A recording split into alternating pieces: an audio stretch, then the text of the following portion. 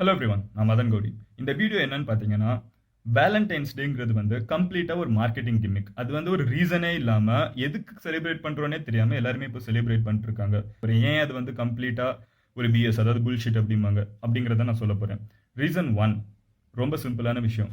அதாவது வேலண்டைன்ஸ் டே அப்படிங்கிறது வந்து எதுக்காக செலிப்ரேட் பண்றாங்க நிறைய பேருக்கு தெரிஞ்சிருக்கும்.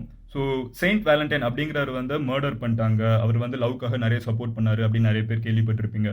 ஒரு முதல் ரீசன் என்னன்னு பார்த்தீங்கன்னா, February 14 தான் அவரை மர்டர் பண்ணாங்கங்கிறதுக்கு எந்த ப்ரூஃப்மே கிடையாது.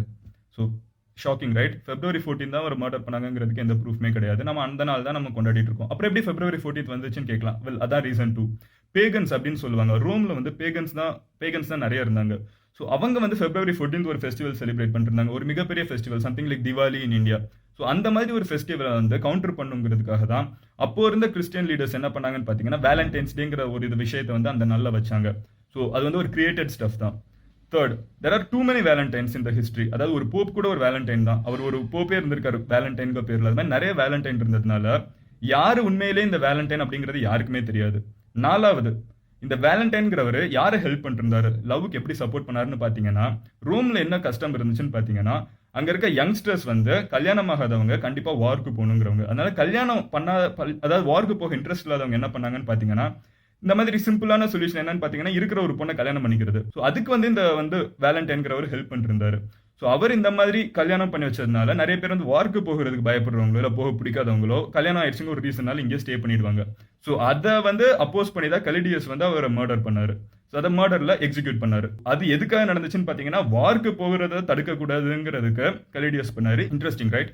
ஸோ அடுத்த ரீசன் என்னன்னு பார்த்தீங்கன்னா, வேலண்டைன்ஸ் டே தான் வந்து உலகத்திலே அதிகமாக சூசைட் பண்ற நாள்.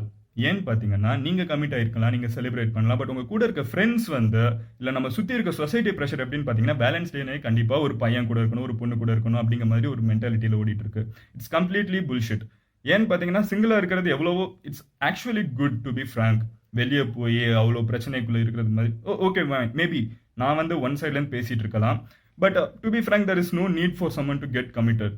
இது வந்து வேலண்டைன்ஸ் டே வந்து ஒரு தேவையில்லாத ஒரு ப்ரெஷர் கொண்டு வருது. அதாவது கமிட் ஆனவங்கள எக்ஸ் கிட்ட பேச ட்ரை பண்றது, இந்த மாதிரி தேவையில்லாம நிறைய மென்டல் ப்ரெஷர் கொண்டு வரதுனால அன்னைக்கு இறந்து போறவங்களே நிறைய பேர் இருக்காங்க சூசைட்னால.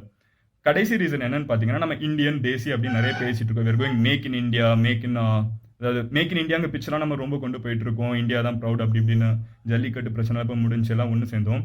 இம்பார்ட்டன்ட் விஷயம் என்னன்னு பாத்தீங்கன்னா, இவ்வளோ பேசிட்டு நம்ம ஊர்லேயே இதுக்குன்னு ஒரு ஃபெஸ்டிவல் இருக்கு. என்னன்னு பாத்தீங்கன்னா ஹோலி. ஹோலி வந்து நார்த் இந்தியன் ஃபெஸ்டிவல்னு நினைச்சிட்டு இருக்கோம். அது வந்து தமிழ்நாட்டில் காமன் பண்டிகைன்னு சொல்லுவாங்க. அது என்ன நாள்னு பார்த்தீங்கன்னா, மன்மதன் அப்படிங்கிற ஒருத்தரை வந்து சிவன் வந்து நெற்றிக்கண்ணை திறந்து எரிச்சிட்டாருன்னு நீங்கள் கேள்விப்பட்டிருப்பீங்க. ஸோ அந்த நாள் என்னாச்சுன்னு பார்த்தீங்கன்னா, அதை தான் நம்ம வந்து ஹோலியாக நம்ம தமிழ்நாட்டிலே கொண்டாடி இருக்க வேண்டியது. காமன் பண்டிகைன்னு நம்ம தமிழ் சொல்லுவோம். பட் இவ்வாறு கொண்டாடுறதுல நார்த் இந்தியன் ஃபெஸ்டிவலாக மாறிடுச்சு. அந்த நாள் எதுக்குன்னு பார்த்தீங்கன்னா, மன்மதனை வந்து சிவன் வந்து மறுபடியும் உயிருக்கு கொண்டு வந்த நாள். அது வந்து இந்தியன் கம்ப்ளீட்டா இது ஒரு லவ் செலிப்ரேட் பண்றதுனால தான் காமன் பண்டிகை வந்து ரொம்ப நாளா செலிப்ரேட் பண்ணிருந்தாங்க. ஆனால் நம்ம அதை விட்டுட்டு கம்ப்ளீட்டா நம்ம இப்போ வேற எதையோ வேலண்டைன்ஸ் டே பிடிச்சி தொங்கிட்டு இருக்கோம்.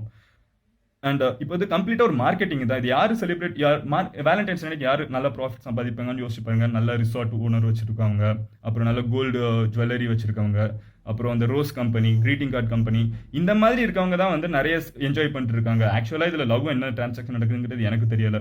ஸோ இந்த வீடியோ உங்களுக்கு யாராவது அஃபெண்ட் பண்ணிருக்குன்னு நினைச்சீங்கன்னா ஐம் சாரி.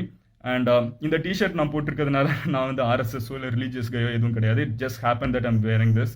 அண்ட் நான் வந்து எந்த ரிலீஜனுக்கும் சார்ந்தவன் கிடையாது. அதையும் நான் தெளிவாக சொல்லிடுறேன். This is just something I wanted to tell you. And உங்களுக்கு ஏதாவது ஒப்பீனியன் இருந்துச்சுன்னா definitely leave it in the comment. We will have a discussion. Cheers. Thank you.